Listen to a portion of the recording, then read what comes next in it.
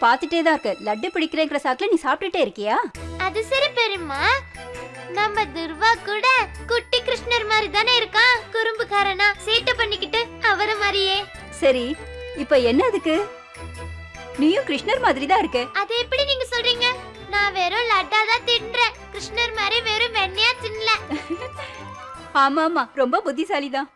பெரியம்மா, கிருஷ்ணர் இன்னும் வேற என்னென்னலாம் பண்ணுவார்னு சொல்லுங்க. ரொம்ப சேட்டை பண்ணிட்டு இருப்பாரு, எல்லா பெரியவங்களையும் தொந்தரவு பண்ணிட்டு இருப்பாரு, நம்மள மாதிரி. அது மட்டும் இல்ல, யமுனா நதிக்கரையில எல்லா பெண்களும் குளிச்சிட்டு இருப்பாங்க, அவங்க துணிகளை இவர் எடுத்துட்டு போயிடுவாரு. அது மட்டும் இல்ல, ராதாவுக்கு ரொம்ப தொல்லை கொடுத்து சீண்டிக்கிட்டே இருப்பாரு. ஆனா ராதா அவரோட பெஸ்ட் ஃப்ரெண்ட் ஆச்சே, அப்ப எதுக்காக அவங்களையும் தொந்தரவு பண்றாரு? ரெண்டு பேரும் நிறைய ஃபைட்டும் பண்ணிருக்காங்க, அதே மாதிரி ஃப்ரெண்டாவும் இருந்திருக்காங்க. சரியா தான் சொல்றேன். என்னதான் சண்டை போட்டுக்கிட்டாலும் உயிருக்கு உயிரை நேசிச்சாங்க.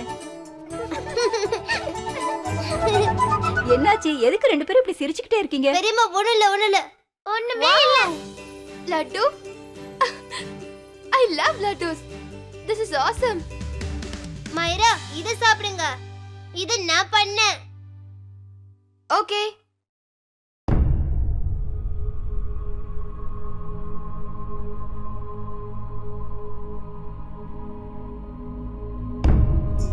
இல்ல, இது பிரசாதம். கடவுளுக்கு படைக்கிறதுக்கு முன்னாடி நம்ம சாப்பிடக்கூடாது, ரைட்? ஆனா வாசனை ஆளையே தூக்குது. நீங்க இதை டெய்லி பண்ணுவீங்களா? ஆமா, கிருஷ்ண ஜெயந்தி அன்னைக்கு பண்ணுவோம்.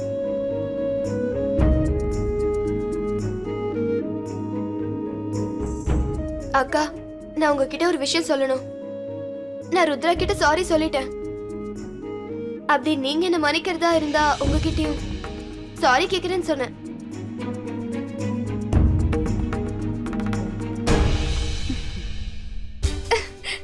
That's great.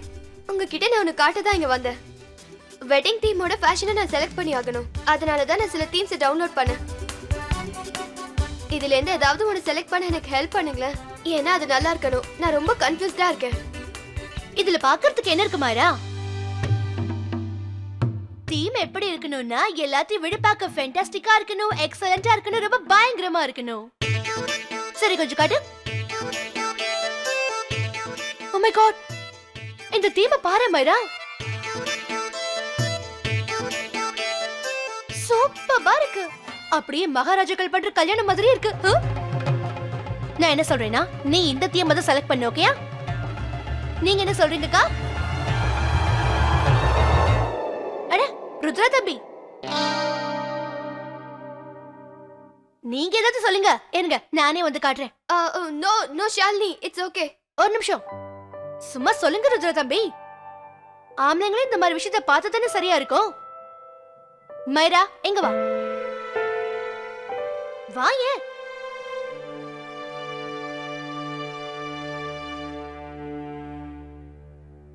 ஓகே, ஒரு வேலை பண்ணுவோம். இவர் தான் உன்னோட மாப்பிள்ளைன்னு வச்சுக்குவோம்.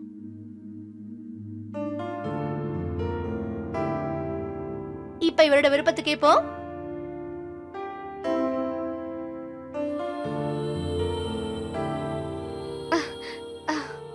அது வந்து நான் என்ன சொல்ல நினைச்சேன்னா, ஜென்மாஷ்டமி பத்தி நிறைய கேள்விப்பட்டிருக்கேன். அதுவும் இல்லாம அந்த ராதா கிருஷ்ணா இந்தியன் மைத்தாலஜியோட பியூட்டிஃபுல்லான ஜோடி. so much love and ஜென்ம ஜென்மமான உறவு. It's okay. பார்க்க விரும்பலனா இட்ஸ் ஓகே, I'll manage. அதத்தான் நீ பண்ணிடுவியே. பணத்தை விட்டு எரிஞ்சா எல்லாம் நடந்துடும்ல. எக்ஸ்கியூஸ் மீ, நான் தப்பா சொல்றேன்னா என்ன? உன்னை பொறுத்த வரைக்கும் கல்யாணம்னா என்ன?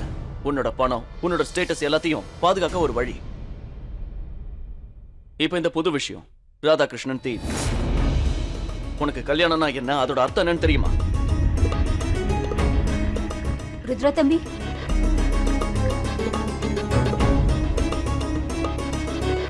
நல்ல காஸ்ட்லியான ட்ரெஸ், 5 ஸ்டார் ஹோட்டல் இல்ல 7 ஸ்டார் ஹோட்டல்ல இருந்து சாப்பாடு, அப்புறம் இந்த அரண்மனையை பேலஸ் மாதிரி அலங்காரம் பண்ணணும். அப்புறம் மாப்பிள்ளை எப்படி வருவாரு?